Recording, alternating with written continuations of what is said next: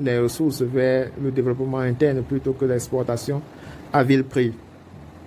La solidarité régionale en construisant des alliances régionales hors du contrôle occidental. Ce que Madagascar pourrait apprendre de l'AES.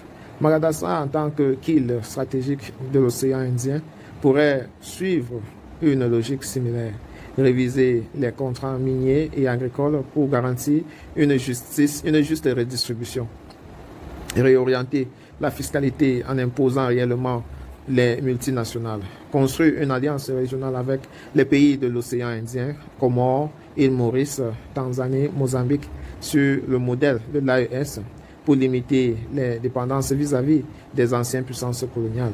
Le rôle de la jeunesse et des masses populaires, comme au Sénégal, la rupture ne peut, comme au Sahel, la rupture ne peut venir uniquement d'en haut. Elle repose sur la mobilisation des populations, de la jeunesse qui refuse de continuer à vivre dans un système verrouillé. Les 22 morts des manifestations récentes ne sont pas seulement des victimes, ils sont les symboles d'une génération prête à défier l'ordre établi. Répondre aux critiques, pourquoi ramener le colonialisme.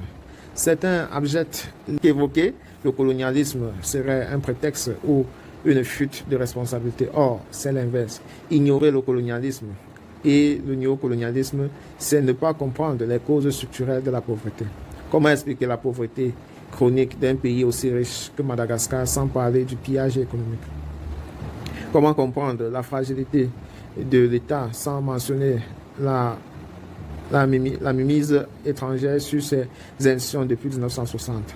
Comment analyser la dépendance financière sans évoquer le rôle des entreprises et des banques françaises? Parler du colonialisme et de sa continuité n'est pas un exercice de mémoire nostalgique, c'est une analyse politique nécessaire pour comprendre pourquoi les solutions superficielles comme recruter un gouvernement via LinkedIn ne changeront rien. En conclusion, le Madagascar face à son choix historique. La situation actuelle de Madagascar est une tragédie, mais aussi une opportunité historique.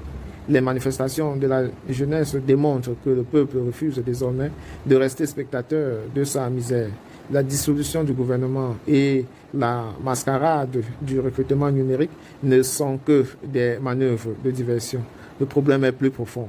Tant que Madagascar restera sous la coupe du néocolonialisme français, avec des dirigeants comme Rajoelina jouant le rôle de relais, rien ne changera.